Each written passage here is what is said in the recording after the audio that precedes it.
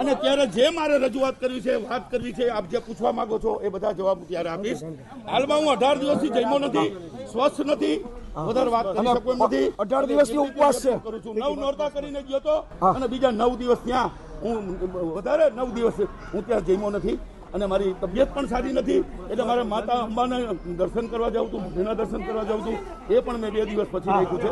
એટલે આપણી સાથે બોલ આશાપુરા મહાકવિ જય, આશાપુરા મહાકવિ જય. ઢોલ નગારા વાગી રહ્યા છે, ફૂલહાર અને મોં મીઠું કરાવીને સ્વાગત કરાઈ રહ્યું છે. દ્રશ્યો રાજકોટના છે, જ્યાં જેલમાંથી મુક્ત થયેલા ક્ષત્રિય રાજપૂત સમાજના આગેવાન પીટી જાડેજા ઘરે પરત ફર્યા છે. પાસા હેઠળ સાબરમતી જેલ હવાલે કરાયેલા પીટી જાડેજા વિરુદ્ધ પાસા પાછો ખેંચી લેવાયો અને મુક્ત કરાયા છે. જ્યારે તેઓ રાજકોટ પોતાના ઘરે પરત ફર્યા ત્યારે પરિવારજનો અને તેમના સમર્થકો ઝૂમી ઉઠ્યા.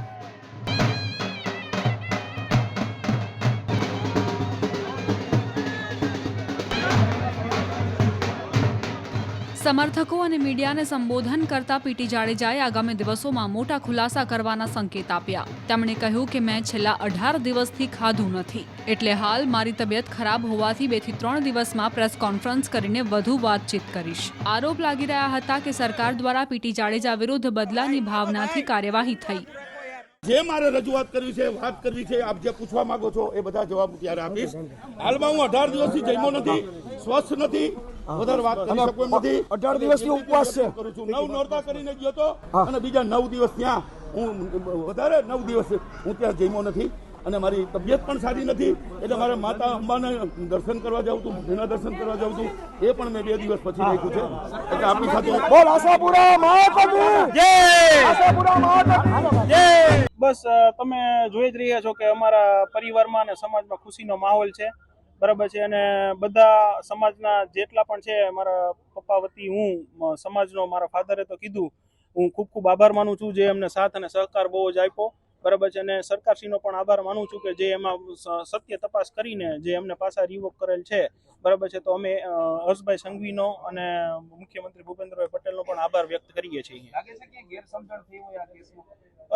ગેરસમજણ થઈ હશે તો જ આ પૂર્ણ તપાસ કરીને પાછું આ જે કર્યું છે, બરાબર છે, રિવોક એટલા માટે જ કરવામાં આવ્યા હોય કે ભાઈ એમને જોયું હોય કે ભાઈ આ કોઈ પાછા લગાવતા એવી કોઈ સત્ય હકીકત ખરેખર છે નહીં, તો આપણે એમને રિવોક આપીએ. જે સામાજિક માણસ છે, આટલું બધું સારું કામ કરે છે, કીર્તિસિંહ વાઘેલા સાહેબ, પ્રદ્યુમનસિંહ સાહેબ અને ઘણા બધા બીજા આગેવાનો, મોટા આગેવાનો છે, ડૉક્ટર જયંકરસિંહ સાહેબ છે અને એમની ટીમ બધા રજૂઆત કરી હતી કે ભાઈ આ જે છે એ આમાં તમે તપાસ પાછી કરો અને જો આ બહુ મોટા સામાજિક વ્યક્તિ છે અને જે કહે છે એ એવી કોઈ એમાં સત્યતા નથી. એટલે એમને ફેર તપાસ કરીને પછી જાણ કરીને એને એવું લાગ્યું સરકારને કે ભાઈ નહીં, ખરેખર આમાં કંઈ એવી વસ્તુ નથી.